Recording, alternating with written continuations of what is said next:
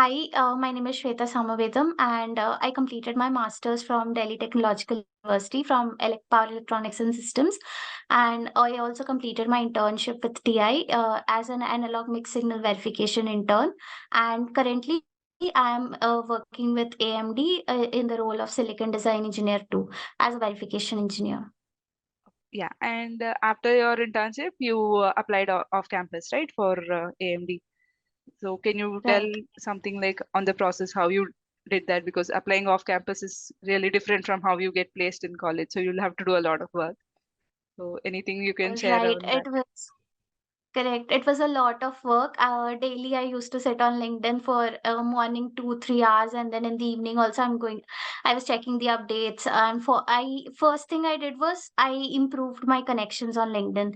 Previously, I used to have around 300, 400, and then I improved that daily. I used to send connections to many people. So that was the first step I did. I updated my LinkedIn account with all my internships and the papers I've published. I have updated it completely, and the first step that I learned in this process is that initially I was applying through the careers portal, and in the LinkedIn also in the job section you find different jobs. Through that I used to apply for the jobs, right? And I used to get a lot of rejections from there.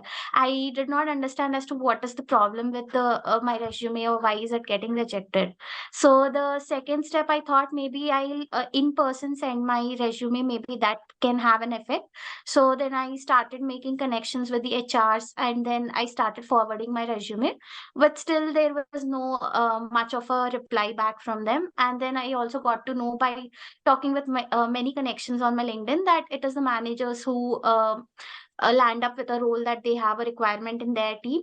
So then I started building connections with managers and senior managers from various companies like NVIDIA, AMD, and TI also, and also other companies like Qualcomm also. So I have built connections with all the people. So and then I started forwarding my resume with a very lengthy message, right? I used to give a very lengthy message and then used to send my resume. And then one person, he pointed out that maybe I should be shortening my description that I want to tell them, because they won't be interested in such a lengthy description. They would be receiving thousands of messages, and I should have my message that is standing out. If it is lengthy, the first thing is they would not want to go through that description.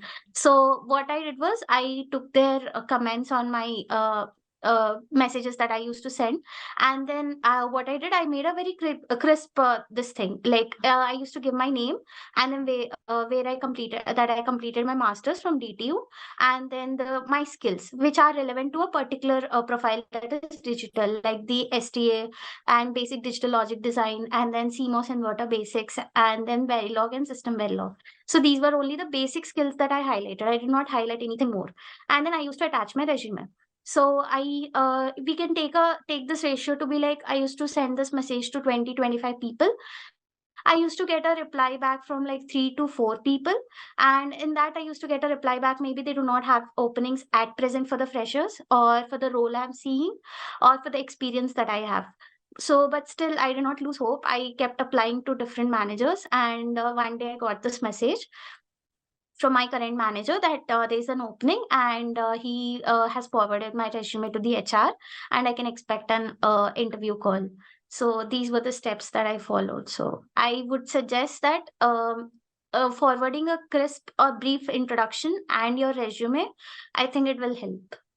No, great. You actually analyzed through your entire process of how you Right. applied, and you have improved yourself to apply better each time. So that's really Yes, great. We from can, all the rejections. yeah, Yes.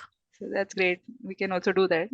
And like you applied to, you sent your messages to the managers, right? Was it through like someone, some senior or someone told you that they were opening, so you just randomly got connected with them and just sent? Right. So I had companies in my mind, the product-based semiconductor companies that I want to get into.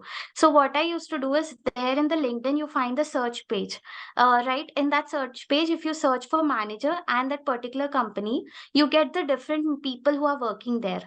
So I did not know much of my seniors who were working in the companies that I want to get into. So I used this process. I used to search managers, senior managers, and then from the company name, I used to get a list, and then I used to send the connect request. request. In the connect request, I used to sometimes add the message also. That in there itself, I used to link my resume and my description also in the connect request, because I wanted to make it clear that I want a job, and then they know that I want a job. So I want to make it clear that they know that I am applying for a job itself, rather than wasting their time. That once they accept the connect request, then I'll tell them hi and then wait for the message and then again tell him this. So I used to forward my resume there itself.